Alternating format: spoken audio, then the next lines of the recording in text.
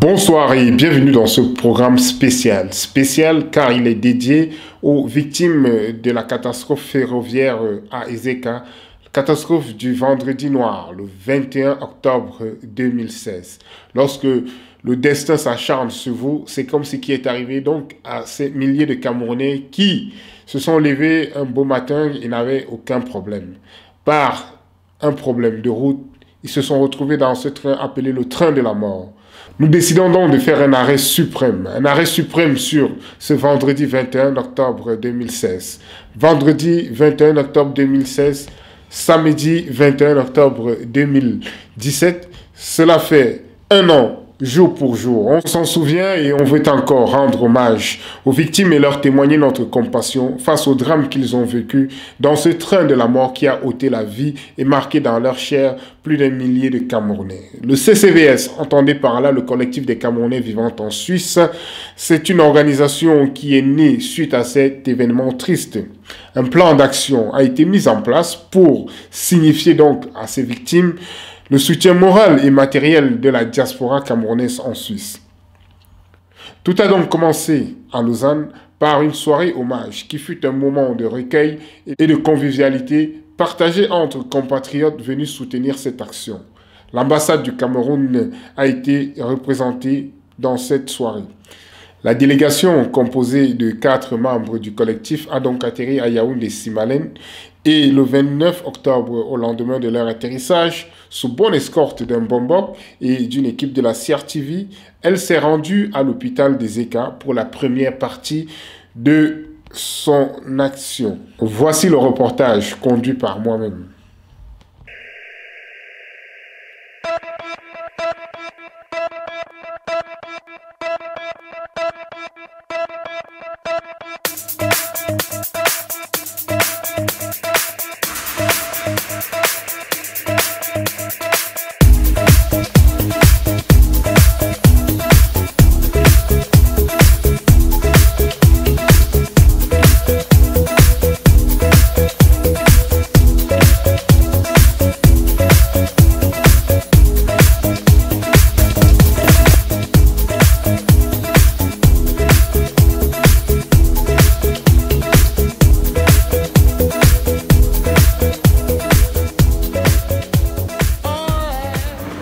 En direct sur le pont de Maniaï, c'est le lieu où tout a commencé, le lieu où tout a débuté. Ici donc, vous voyez donc sur le pont, donc le CCVS est donc présent, les Camerounais, le collectif des Camerounais vivant en Suisse est donc présent. C'est sur le chemin des Ezeka, c'est ici que tout a commencé. Voilà Mario, Momo, voilà le président d'Ivril Wabo, voilà Vanille Laure du Backstage Bar et je suis Jordan Balokok en direction de Ezeka. A tout de suite. Hold on, instead of messing with our future, open up inside. World, hold on. One day you will have to answer to the children of the sky. World, hold on. Instead of messing with our future, tell me no more lies. World, hold on. One day you will have to answer to the children of the sky.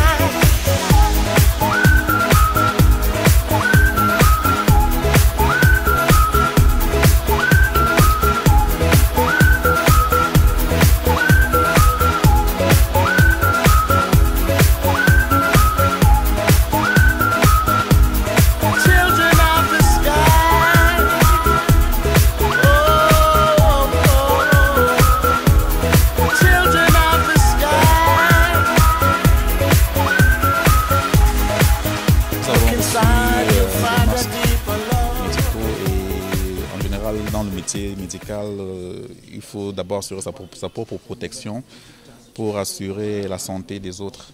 Donc les masques faciaux nous seront utiles dans la prise en charge des blessés potentiels, des autres patients et même pour faire l'entretien des surfaces. Voilà. Et en outre, nous avons aussi reçu du matériel pour les malades qui étaient hospitalisés. Ils ont reçu leur paquet. Maintenant, le reste du paquet sera également utilisé pour les prochains malades qui viendront et qui seront dans le besoin. Je ne vois pas pleurer maintenant. Et toi, comment tu t'appelles? C'est qu'il est Voilà. Actuellement, la ville d'Ezeka souffre d'un grand problème d'électricité. Donc nous avons tout le temps de coupures de courant et le groupe qui actuellement alimente la morgue n'est pas assez puissant pour nous faire tenir ne serait-ce que 2 jours. Donc un groupe électrogène d'une grande capacité vraiment nous serait d'un grand appui.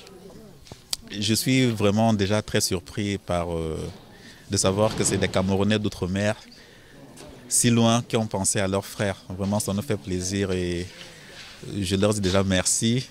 Et merci à tout le collectif des Camerounais vivant en Suisse et même ceux qui ne vivent pas en Suisse parce que c'est que beaucoup par rapport à votre geste vont réagir. Et donc merci et nous vous attendons, nous accueillons.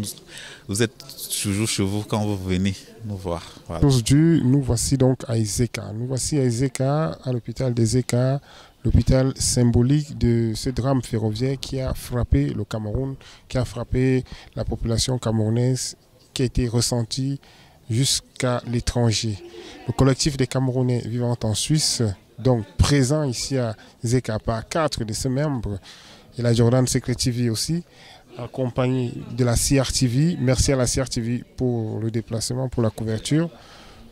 Nous sommes donc au contact de cet hôpital, du personnel soignant qui a donc œuvré en premier. C'était eux les héros qui n'ont pas manqué d'héroïsme ce jour, car ils ont accueilli, comme ils nous ont dit, plus de 500 blessés sur cette cour que vous voyez passer. Il y a eu plus de 500 blessés et avec bravoure, ils ont fait l'action. Et aujourd'hui, nous espérons qu'ils s'en sortent eux aussi, indemnes de cette tragédie, car elle n'est pas censée passer sans laisser de traces. Donc on continue notre reportage sur Ezeka.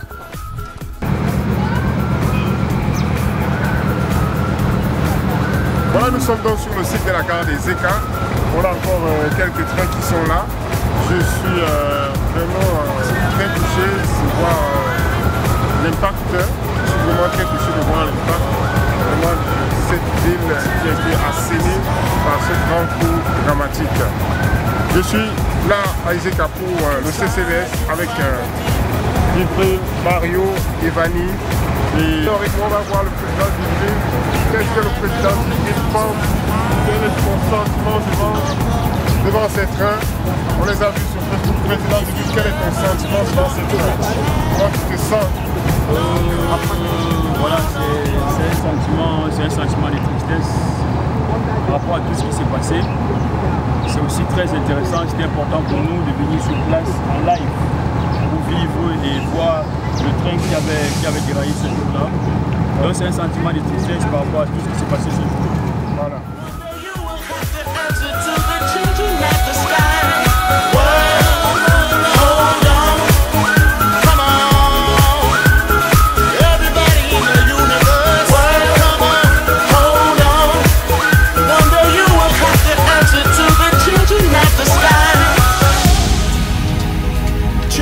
Of the sky, alright.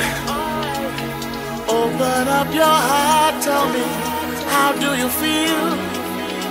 Listen now, tell them everything, right here, right now.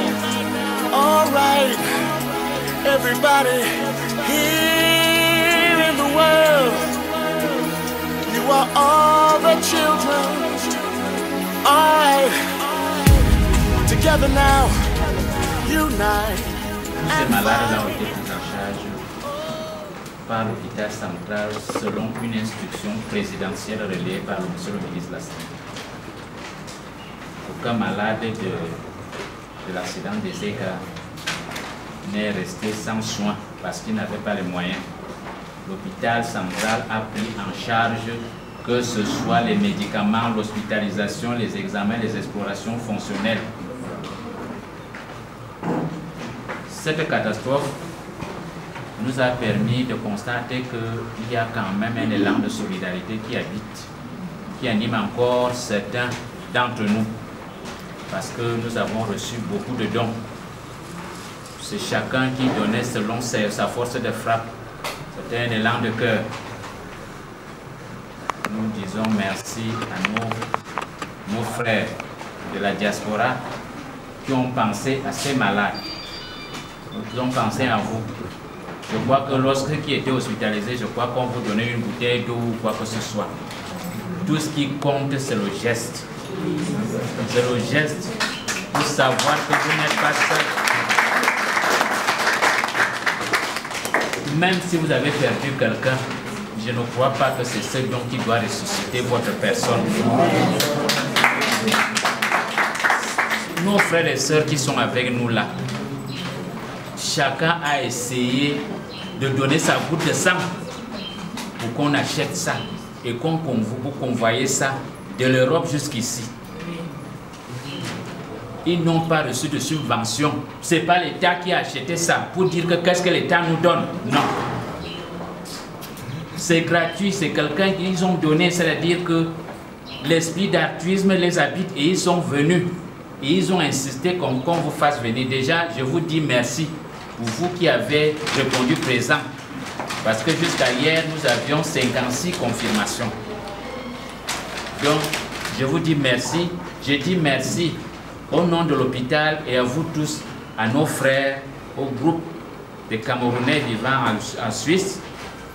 Ils se sont gênés pour venir chez nous. Ils étaient à Ezeka hier, ils sont ici chez nous, ils iront au Curie. Ça veut dire qu'ils ont pensé à nous. Donc, vous n'êtes pas seuls. Ça veut bien dire que quand les gens vous font un geste de ce genre, même dans les prières, ils vous portent dans leurs prières. Je vous remercie, je remercie.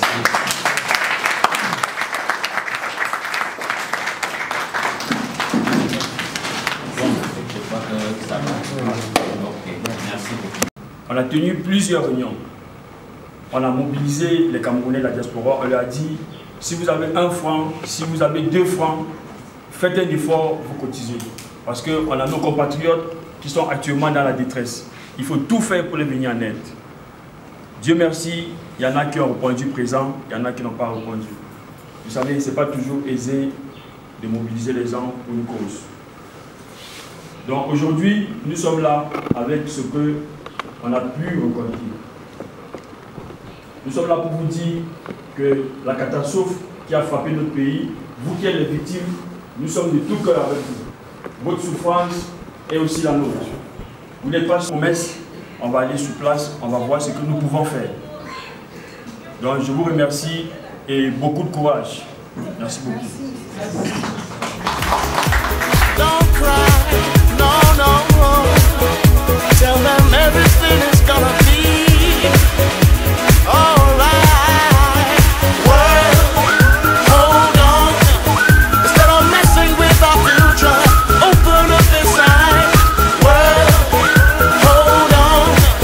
One day you will have to answer to the changing of the sky. World, hold on. Come on. Everybody in the universe. Donc c'était une minute de témoignage avec les victimes. Nous sommes là pour une petite pause repas avec certaines victimes. Nous montons donc au Curie pour la suite des remises des dons. Come on, hold on. One day you will have to answer to the children of the sky. Children of the sky. Alright. Open up your heart, tell me, how do you feel? Listen now, tell them everything, right here, right now. Alright, everybody here in the world, you are all the children. Alright, together now, unite and fight. Oh, open up your heart. No, peace, love for everyone. Oh, no, no, no, no, no. Alright, to the four corners of the world. Sing it out, sing it loud, sing it loud and loud. World, hold on, sing it loud, sing it Je ne vais pas cracher pour celle-ci, bien que je reconnais très humblement que notre président est encore couché, il ne peut pas être avec nous, Monsieur Ibrahim Boubacar. C'est lui que nous avons dans nos causeries intimes désigné comme notre président parce que, bon, pour l'instant, c'est encore notre doyen. Je vais déjà remercier le collectif des Camerounais vivant en Suisse, ainsi que le centre des urgences de Yaoundé qui nous a donné l'occasion de nous retrouver. Nous autres, c'est devenu notre maison, une famille pour nous. Vous voyez, vous savez, il y a des événements qui peuvent rapprocher des gens. Certainement des malheureux et des heureux. Pour la circonstance, c'était un événement malheureux, mais le Seigneur sait comment il fait ces choses.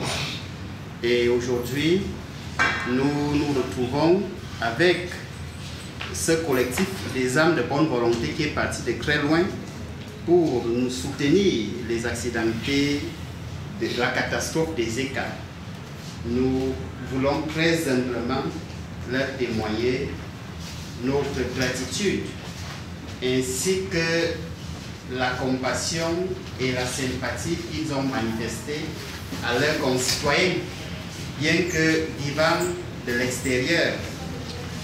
Vous allez porter ce message à nos compatriotes qui sont avec vous pour leur dire que c'est un geste de cœur qui nous a beaucoup marqué. Il n'est pas petit, vous avez semblé leur appétit, il n'en est pas ainsi. Ce qui nous importe, c'est cette marque de solidarité que vous avez si bien développée. Et nous voudrions vraiment vous le témoigner en retour. Et surtout vous dire que allez de l'avant. Nous ne souhaitons pas qu'il y ait d'autres drames catastrophiques comme ce que nous avons vécu le 21 octobre. Mais même au cours des événements heureux, manifestez-vous aussi. C'est ça aussi la solidarité africaine et camerounaise. En ce qui nous concerne, nous voulons également se faire ce témoignage. Nos patients qui avons séjourné au centre des urgences de Yaoundé.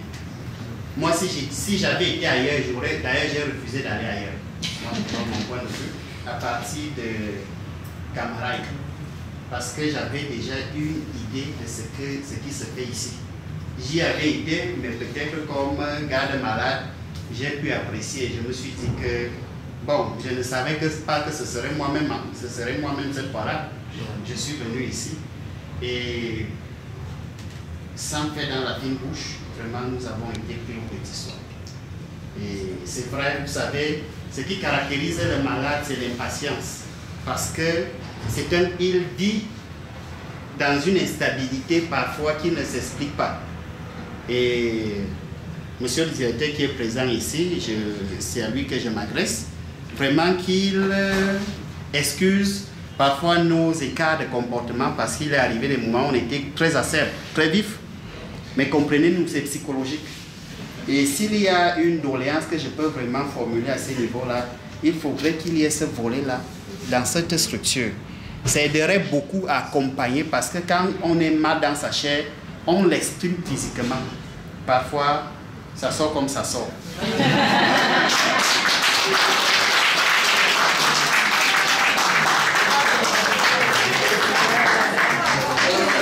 Au nom du collectif, au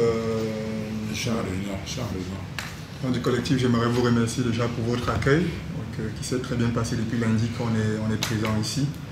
Et remercier aussi tous les victimes qui sont là vraiment, qui ont fait le déplacement. Pour nous, c'est très très touchant de vous voir. On a vécu en fait ce vendredi noir, comme on l'a nommé en fait depuis la Suisse. Étant Camerounais, on était tous touchés. Donc pour nous, en tant que bon Africain, on a ce côté social, toujours bien qu'on soit loin, de venir en aide aux proches en fait. Donc ce qu'on a pu collecter par ce collectif de Camerounais vivant en Suisse, que nous représentons ici, tout le monde ne s'est pas déplacé, nous sommes 4 déplacés. On a pu mobiliser des fonds par nos frères camerounais, nous qui vivons là-bas, on a mobilisé des fonds, on a acheté du matériel médical de première nécessité. C'est un matériel médical qui ne va pas vous guérir certainement, parce que avec ce qu'on a vu à travers cet accident, il y a vraiment un côté psychique qui est très fort, qui est très marqué. Donc ces petits dons qui vous sera remis, en fait, c'est vraiment pour nous un geste que nous avons pris la décision au lendemain de l'accident. On a dit on va mobiliser des fonds, on va acheter du matériel. Ça peut venir un peu tard, mais on aimerait vraiment que vous le preniez vraiment comme un geste qui arrive, qui peut-être vient pour bon moment pour le contenu. Mais ça ne vient pas de l'État, ça ne vient pas de Camrail, nous sommes vraiment des privés, on s'est mis ensemble pour faire ce don. Ok. Merci de passer la parole à vous. Je suis Jordan Balokop, je suis très actif sur Facebook en Suisse. Et c'était le jour du deuil national. On s'est retrouvés en Suisse, il n'y avait rien qui se passait. On s'est passé des coups de fil. C'était le gars. C'est le deuil national au pays, mais nous on est là, il n'y a rien ici. On n'est pas bien. On a dit écoute, on fait quelque chose. On a fait une vidéo. On a dit faisons une vidéo, on appelle les gars. Arrêtez d'écrire sur Facebook, oh le gouvernement Camrail, arrêtez. Les gars, si vous avez 5 francs, 10 francs, venez vous donner. Les gars ont fini sous le train là-bas, à Ezeka. On fait un WSM, on les envoie. C'est un élan qui est venu comme ça nous a embrasés. On a dit vraiment ce que vous avez vécu. J'ai eu des témoignages de 2, 3 qui sont là. Vraiment, c'est fou ce que vous avez vécu. Courage à vous. On a une psychologue, Carole Edouard, qui travaille aussi avec nous, qui nous a parlé de l'aspect psychologique, le traumatisme que les victimes pourraient vivre. On est loin, mais on est avec vous. On a été touchés et on continue à sensibiliser les autres de venir vers nous. Si on aura moyen de faire plus, on va le faire. Donc on va rentrer avec ces images, vos visages, et vos attelles, vos bras cassés. Nous, là, on va rentrer avec ça, on va montrer aux gens, voilà. On était là-bas, les amis sont là. Si vous hésitez encore, n'hésitez pas. Que Dieu vous bénisse. Nous, tout ça, on fait ça vraiment avec la foi parce que nous croyons en Dieu.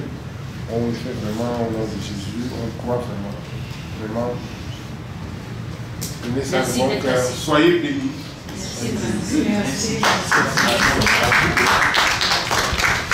Les dons sont des dons qui viennent de personnes privées. Il y a aussi certaines entreprises comme Bruxelles Airlines qui nous ont fait des billets d'avion. C'est des sentiments de reconnaissance et de profonde gratitude que j'exprime en faveur de nos Camerounais, nos compatriotes qui vivent en Suisse et qui ont vécu cette tragédie des Ezeka en direct et qui sont venus témoigner, n'est-ce pas, leur reconnaissance envers leurs compatriotes accidentés. C'est un élan de cœur, c'est un geste citoyen que nous encourageons à juste titre. Et nous avons fait appel à nos victimes qui ont été vues au Curie, qui sont venus assez nombreux. Ils ont accepté le don qu'on a fait. Le pétale a reçu un important don aussi en consommable. Je dis merci et que cet élan de cœur puisse continuer à animer, n'est-ce pas, l'esprit des Camerounais qui vivent hors de leur territoire. Je vous remercie. Je dirais depuis le 27 octobre en fait qu'on a commencé cette mobilisation qui a duré jusqu'à présent en fait. Donc on a traversé beaucoup d'étapes difficiles, pas des gens qui nous décourageaient, pas des gens qui ne croyaient pas, ce qui est tout à fait normal parce que dans notre communauté, du par le passé en fait, il y a beaucoup de choses qu'il faut, il faut regagner la confiance. Donc pour nous, il était clair en fait de pouvoir rassurer les gens que l'argent que vous allez mettre à disposition ira vraiment aux gens qui en ont besoin, c'est-à-dire aux victimes des Ezeka. C'était le message important. C'était ce sur quoi on s'est engagé et je pense qu'avec ce qu'on vient de faire là, mon sentiment personnel, c'est qu'on a tenu à notre engagement. Les crousses médicales qui ont été achetées ont été remis vraiment aux patients. Le reste vont être remis à d'autres patients qui n'ont pas pu être déplacés ou ceux qui sont restés dans les hôpitaux. Donc je pense que mes frères, mes compatriotes qui nous regardent depuis la Suisse en fait, cette crainte au départ qu'il y avait de dire votre don n'arrivera pas dans des bonnes mains, les vidéos que vous allez voir pourront vous rassurer. Et Mario, je vous rassure vraiment que lorsqu'on vous mobilisera pour la prochaine fois pour d'autres actions, n'hésitez pas, il y a du concret. Nous sommes allés sur le site de l'événement, de l'accident. On a constaté ce qui s'est passé. C'était avec un sentiment de tristesse que nous sommes revenus sur les lieux. Mais je voudrais dire qu'au final, nous sommes très contents de notre action parce que c'est une action qui a trouvé un très bon écho auprès des malades. Aujourd'hui, nous avons commencé par le centre, par l'hôpital central de Yaoundé, où nous avons été reçus. On a fait venir 65 survivants de la catastrophe des ECA. Nous leur avons remis les trousses médicales que nous avons prévues avec du matériel de premiers soins. Aujourd'hui, après, nous sommes actuellement au centre d'urgence du Curie, où on a été très bien reçus, un personnel vraiment très motivé. On leur a remis aussi 65 trousses médicales avec du matériel de premiers soins. Donc dans l'ensemble, les choses se sont très bien passées. Je voudrais remercier tous ceux qui ont œuvré pour que ce projet connaisse le succès qu'il connaît actuellement. Je pense aussi à nos camarades qui sont restés en Suisse. Je pense par exemple à Carole Edouard, à Cécile, à tous les membres du CCVS. Je voudrais aussi remercier tous nos partenaires, tous ceux qui ont œuvré, Bruxelles Airlines, MROR, MKC Even, tous ceux qui ont œuvré. Je leur dis merci. Et je remercie aussi les journalistes STV. Que s'est-il vraiment passé ce 21 octobre? Personne n'est mieux placé que les victimes elles-mêmes pour nous relater les faits. Face à la caméra de la Jordan Secret TV, dans l'optique de rendre hommage aux disparus qui n'ont pas eu leur chance, ces victimes nous relatent avec beaucoup de sensibilité ces événements terribles. Je vous laisse suivre dans la suite de ce reportage tout ce long voyage au cœur de ce qui était l'événement le plus dramatique au Cameroun. Je vous retrouve à la fin de cette émission pour une conclusion.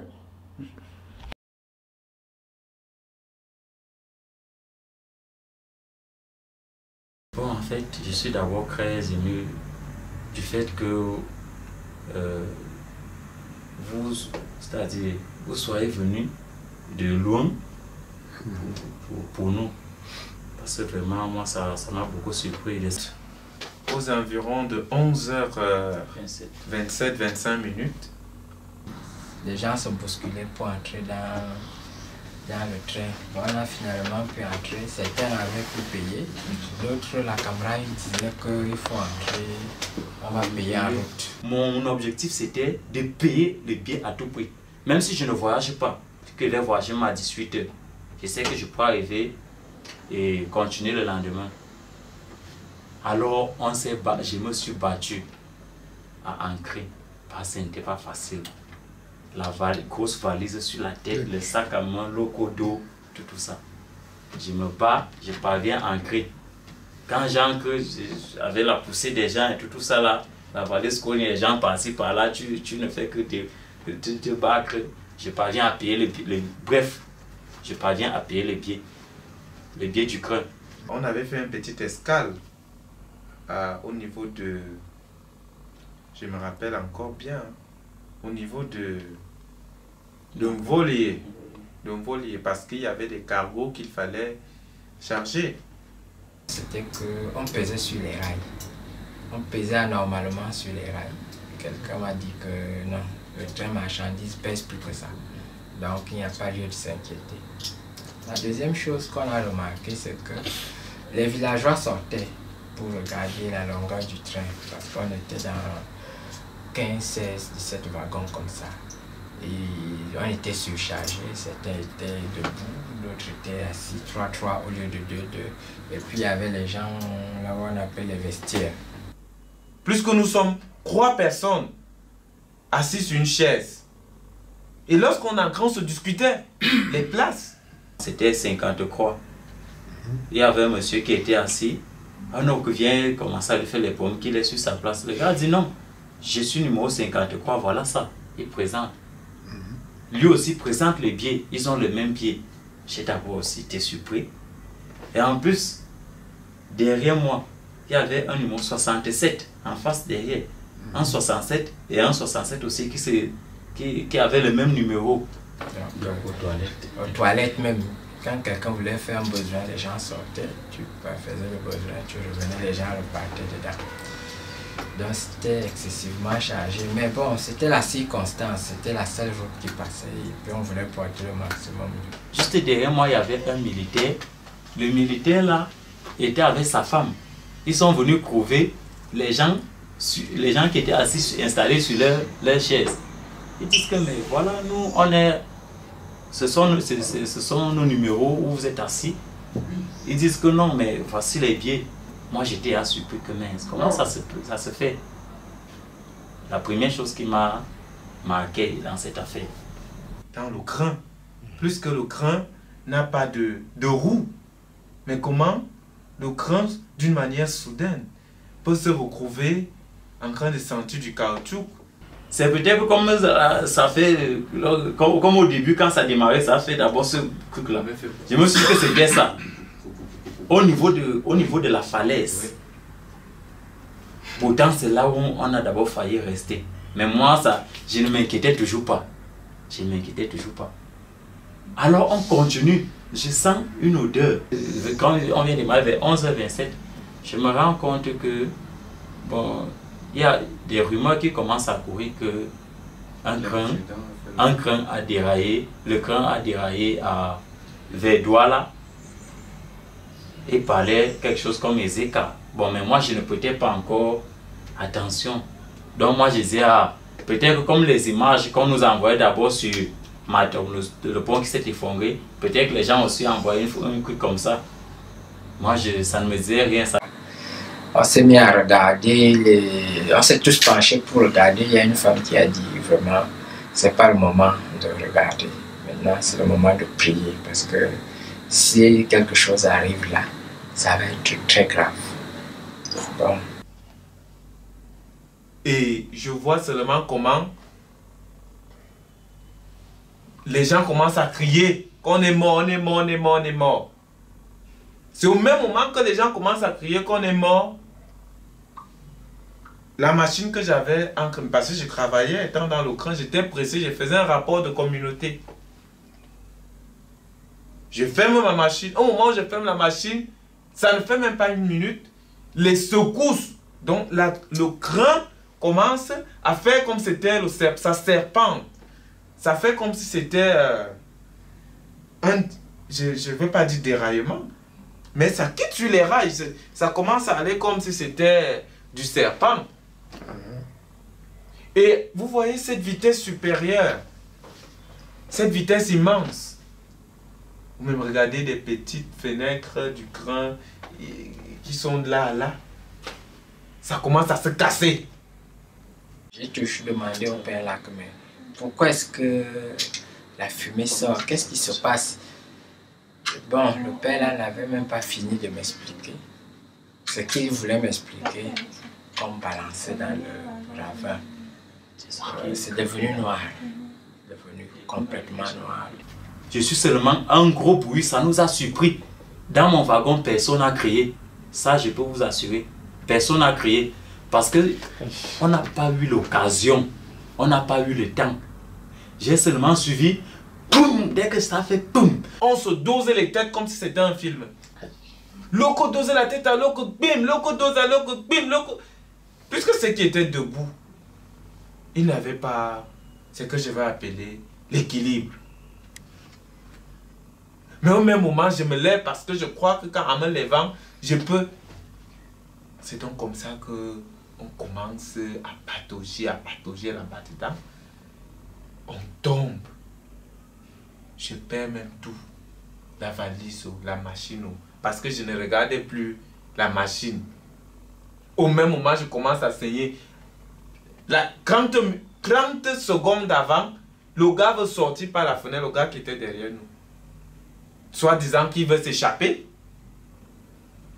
Le cou s'est coupé directement. Ouang! La tête est sortie, on ne sait où la tête s'est retrouvée. Et son sang, il nous a lavé de son sang. Et on a seulement vu comment tout le monde partait tomber en bas, comme dans les films de Titanic. Tout le monde partait tomber, pum, pum, pum, pum. Et ceux qui dormaient, personne ne s'est rendu compte. Moi-même, je suis un sportif, mais je n'ai pas su. J'ai seulement vu comment je partais tomber vers le bas. On se recouvre dans le porte-à-porte. C'est donc comme ça que j'essaye de me battre à sortir là sur la fenêtre qui était là. Je ne sais à quel... Je me suis juste exclamé, Seigneur, j'ai crié à mon patron, j'ai dit, Anti. Quand je m'exclame comme ça, je me couvre en bas. Le crâne s'était d'abord renversé comme ça. Après, la dernière réflexion, c'est-à-dire ma dernière réflexion, c'était que donc c'est ce genre de mort que le Seigneur me réservait. Là, ma conscience est partie. Parce que moi, je savais que je suis mort. Quand on s'est retrouvé en bas, moi, je me suis levé. Il y avait des gens sur moi. Moi-même, j'étais aussi sur des gens. Donc, ceux qui étaient sur moi sont rapidement quittés. Moi aussi, je me suis levé. J'étais là. Je ne sais à quel moment les secouristes sont venus. On me tirait là avec une grand-mère. Une grand-mère là, elle est là, elle était même là à l'hôpital là. La grand-mère qui a la prothèse sur la main là. Oui, oui. Tu avais vu une grand-mère avec une qui j'ai fait les photos. Oui, on était ensemble. C'est comme ça qu'on nous tire. Je ne cherche même plus à savoir le reste. Je n'ai même plus dans ma conscience que j'ai une machine. Comme je vous dis là. Vous entendez? Je n'ai plus dans ma conscience que j'ai un ordinateur portable. Je n'ai plus dans ma conscience que j'ai le téléphone. Je n'ai plus dans ma conscience que j'ai la valise. Je n'ai plus tout ça dans ma conscience. La seule chose que je veux, c'est de sortir. Entre-temps, j'étais déjà lavé du sang du gars que la tête s'est coupée. Entre-temps, je n'ai plus de chaussures. J'avais les sandalettes avec les chaussettes. Je n'ai plus les sandalettes sur mes pieds. Je ne sais à quel moment les sandalettes sont quittées sur mes pieds. Voilà la chose.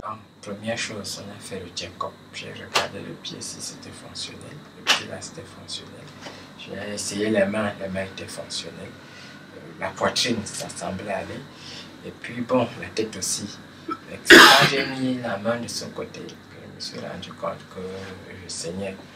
Comme une maman avait mon sac, je me suis mis à chercher mon sac. Je n'ai pas pu retrouver mon sac.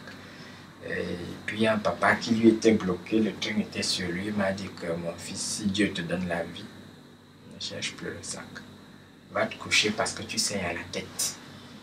Et entre-temps, il y avait donc des gens qui criaient. Ce que j'ai remarqué, il y a une maman là, qui était très de forte corpulence. Elle m'a même donné sa main pour que j'arrête. J'ai essayé même, j'ai entendu ici, crac. J'ai moi-même d'abord laissé, j'ai appelé seulement les gens qui sauvaient de venir la chercher. Elle-même, elle était assise sur plein de gens. Il y avait une maman qui avait son bébé juste avant qu'on ne tombe. Quand on a basculé, elle m'a dit, où est mon bébé? Où est mon bébé? J'ai regardé, pas de traces de bébé. En bas, il y avait des gens dans la boue. Ils mangeaient littéralement la boue. Quand je me couvre vivant, j'étais surpris. Je dis, mais donc je vis encore. Et là, j'étais superposé entre les gens. Au début de l'accident, j'étais assis. Et après, je suis tombé, mais à la fin, je me couvre superposé entre les gens. D'autres sont en bas, d'autres sont en haut, certains sont déjà morts. Je suis superposé là. Je commence donc à bagarrer pour monter. Parce que mon problème, c'était de sortir vite de là. Quand je commence à bagarrer, d'autres aussi bagarrent, me piétinent pour monter. Je bagarre. Après, je parviens à sortir de là où j'étais. Mais là, je constate qu'il n'y a pas d'appui pour sortir du wagon. Il n'y a pas d'appui. J'ai commencé à faire les efforts jusqu'à j'ai pu arrêter la fenêtre du haut. Dès que j'ai arrêté la fenêtre du haut, j'ai ouvert. Dès que j'ai ouvert là, je voulais sortir d'un coup. C'est là où une femme qui était encore aussi consciente me dit, mon fils ne sort pas, tu vas mourir. J'ai attendu quelques secondes. Après, je suis sorti. Dès que je suis sorti, dans ma tête, je voulais fuir parce que j'étais traumatisé. Je voulais quitter l'endroit. Je voulais fuir. Subitement, je suis les gens qui me crient en bas, dans le wagon. Parce que quand moi je sors, je me rends compte que tout était arraché. Que ce soit les chaises où on était assis, les portes-bagages en fer là, avec les portes, tout était arraché. Donc quand on faisait les tournois, on se mélangeait avec tout ça. C'est ça qui m'a surpris et ça m'a vraiment effrayé.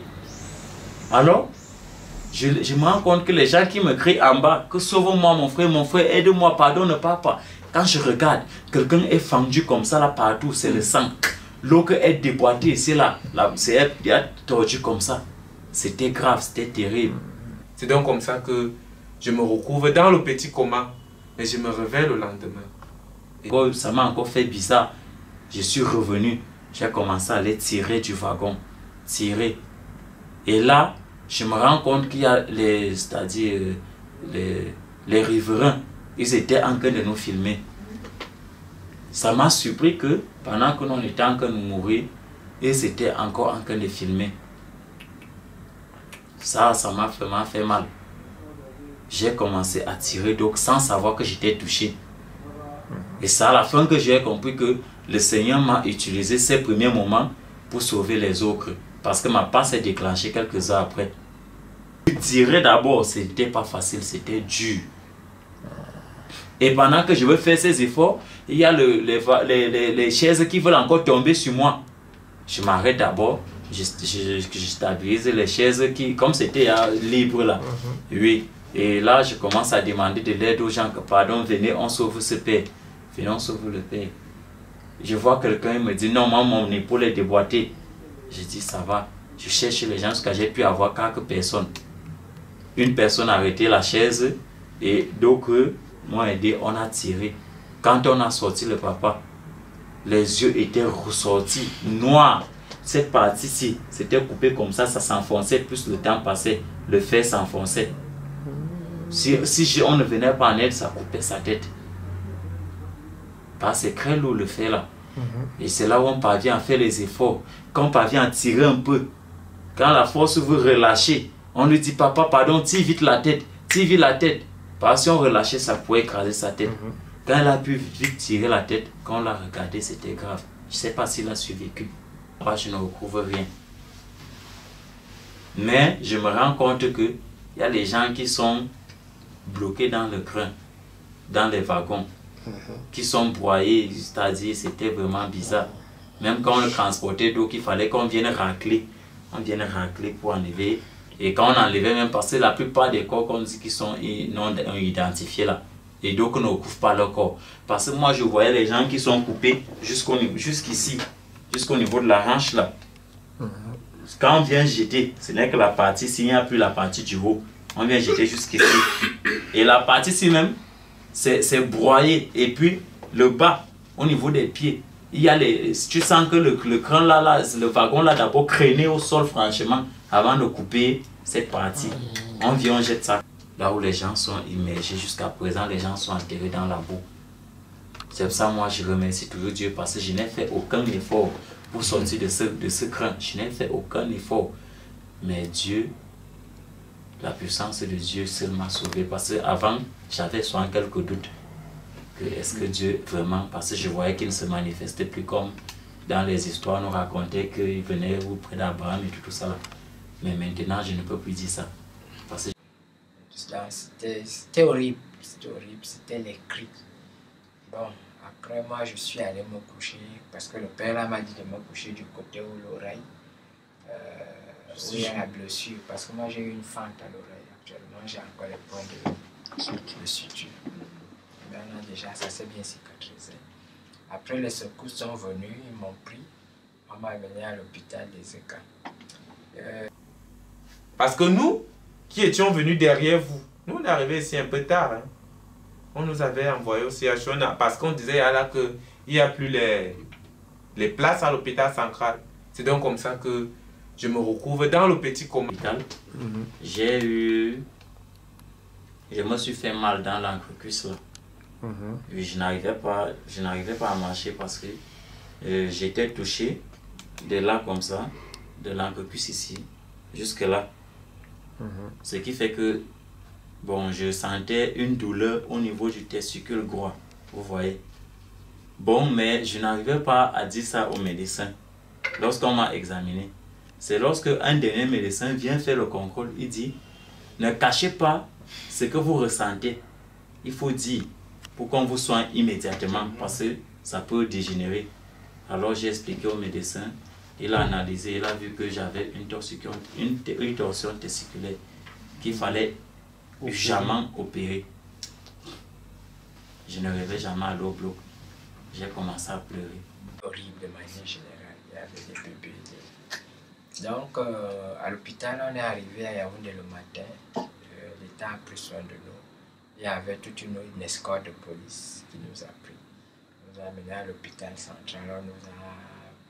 On nous a traités rapidement aux urgences. Et aux urgences, le même bilan est encore retombé sur moi. Le suivi légère dans le processus vital n'est pas engagé. On nous a transférés dans la neurochirurgie. Et là, j'étais avec mon ami. On était au nombre de 6 ou 7. On a passé le temps là-bas. On s'est occupé de nous gratuitement. J'ai voulu les convaincre. Rien. On m'a envoyé faire l'échographie. Ils ont vu qu'il faut opérer et regresser, sinon je risquais de perdre même cette testicules. On m'a amené au bloc, on m'a opéré. On m'a opéré. Et comme aussi ici sur ce doigt, vous voyez remarquer que c'est aussi encore un peu plus gros. Oui, le pouce, ça s'est déplacé, on appelle ça, soit c'est luxation. Il a fallu donc, il a regressé ça, le médecin. Il m'a dit, tu es jeune, si je te laisse, c'est que je ne te veux pas du bien. Dès qu'il m'a opéré, il a fini l'opération. Ils ont fini l'opération. Il m'a dit, ça a réussi, ça va. On ne t'a pas enlevé les testicules, on a juste regressé. Ton testicule était encore bien, juste que ça a subi un choc. On a donc maintenant regressé à ce niveau. Ils ont anesthésié le doigt, ça faisait mal, et puis ils ont regressé. Ils ont mis ceci pour essayer. Je vois, je fais des jours. Je ne mange pas, c'est peut-être maintenant que j'ai commencé déjà un peu à manger. Juste la semaine dernière, que j'ai commencé à manger. Je reçois une opération là, parce que le rein à ce niveau a gonflé, il y a eu une inflammation. Mais pas qu'on a enlevé mon rein, non. Le rein est là, mais ça a juste gonflé. Alors on m'a opéré, on a enlevé cette bile de sang qui était déjà coagulée. Les côtes ont eu des problèmes. Donc, il fallait donc gérer le traumatisme. Et ça a donc continué par le manque de sommeil. C'est la première chose qu'on a constatée comme traumatisme. On ne dort pas bien. Mais maintenant... Tu es sorti de l'hôpital après combien de jours? Je suis sorti après 2 semaines environ. Bon, et là, ils ont dit que je dois revenir même après encore 2 semaines, 2 ou 3 semaines, que je dois revenir pour qu'on fasse un contrôle. Et c'est pour ça que je suis encore là. Oui, mais là, voilà, l'école ne fait que à partir. Et puis comme c'est une formation scientifique, quand mes camarades là-bas, mes amis qui sont là-bas m'appellent, me disent qu'on a déjà terminé les programmes de 8 unités d'enseignement. Chaque fois on m'appelle, on dit qu'on ne fait qu'à évoluer. Vraiment, je me demande si je vais encore m'en sortir cette année. Je me demande bien. La suite, c'est qu'on a reçu des dons qui sont venus de nos frères qui vivent en Suisse. Ils ont tenu à nous donner ce qu'ils ont apporté. On a répondu massivement à l'appel et on les remercie beaucoup pour ce qu'ils ont fait, parce qu'on estime que c'est le geste qui compte. Je rends grâce à Dieu pour m'avoir d'abord moi-même sorti de cet accident, pour tout ce qu'il a fait pour moi et ceux qui étaient avec moi dans le grand. Vendredi 21 octobre 2016, c'est inoubliable pour moi et pour tous ceux et celles qui ont vécu cet accident ferroviaire. Au niveau de l'entretien même du malade, la prise en charge en général, vraiment, ils ont donné le meilleur de... Oui, parce que moi, sans vous couper, au quartier, quand j'entendais parler de l'hôpital Sankara et toutes les mauvaises choses qu'on disait, j'avais une mauvaise impression.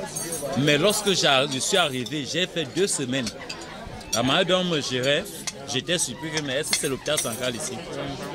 Oui, c'était vraiment différent. En ce moment-là, il y a une maman qui dit mon fils. C'est comme ça que le BI dit, est-ce que vous avez le cœur de supporter la douleur? Elle a répondu oui.